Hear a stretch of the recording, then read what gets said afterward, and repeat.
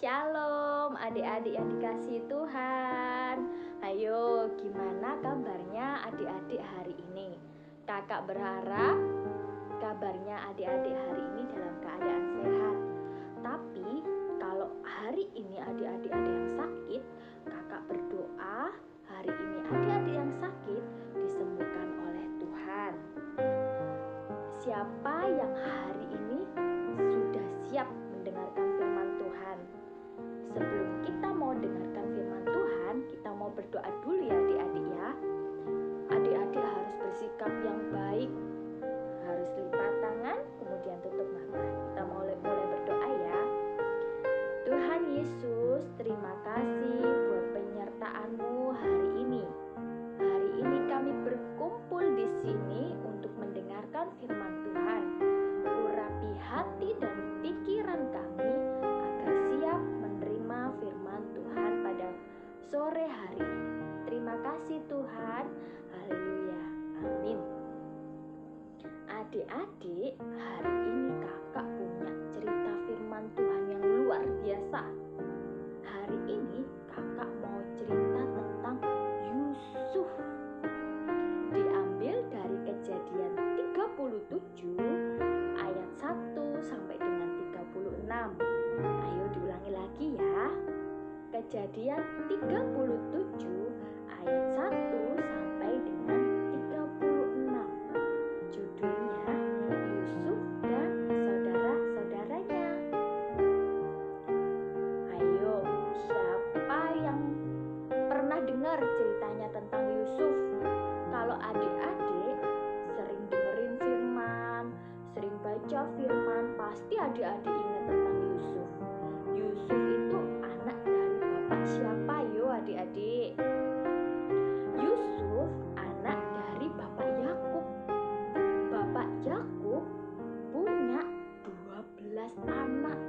Wow, banyak ya adik-adik anaknya bapak Yakub ya. Dan Yusuf anak bapak Yakub yang ke-11.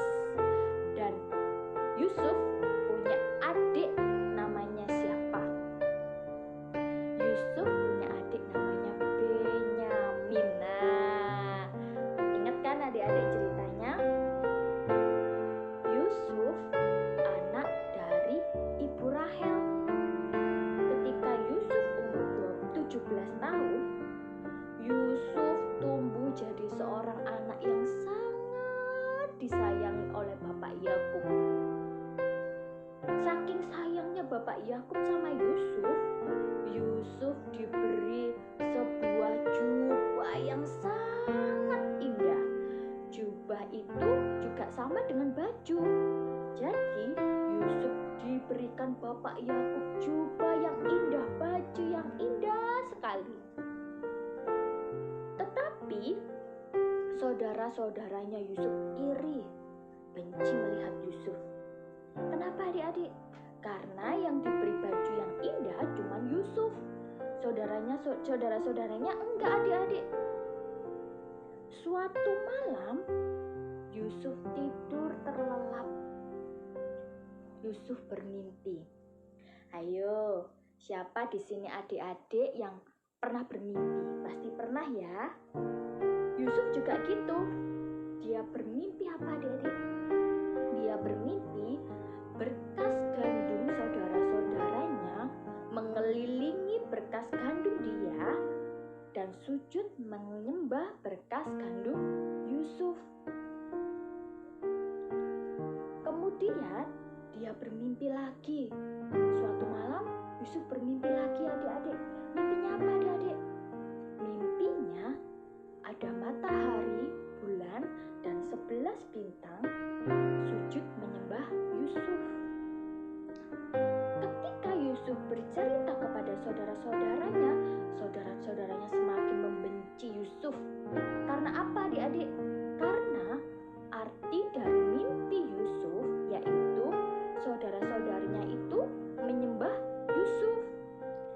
Saudara-saudaranya makin membenci dia, makin tidak suka, makin iri, makin jengkel saudara-saudaranya adik-adik.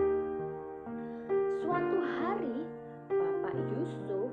Bapak Yakub menyuruh Yusuf untuk melihat keadaan saudara-saudaranya.